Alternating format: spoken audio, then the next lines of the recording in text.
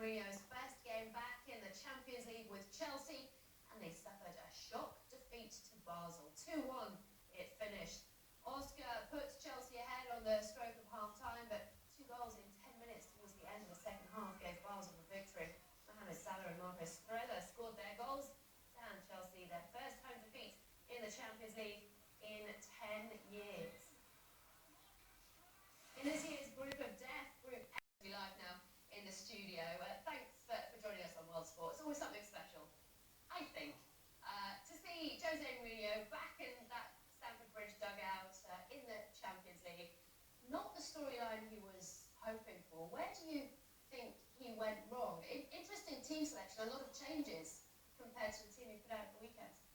Yeah, well, I don't know how much you can blame him for making a lot of changes. After all, they did lose at the weekend to Everton. So, I mean, they say never change a winning side, so change a losing side. But you need players who know how to play together.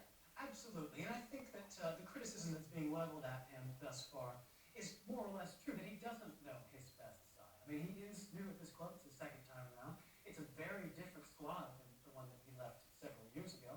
So, I think he's still searching for answers. And let's also face it that Basel is a settled side. This is basically the exact same side that made it to the semi-finals of the Europa League last year, and close to the same side that gave Manchester United so many troubles 2 years ago.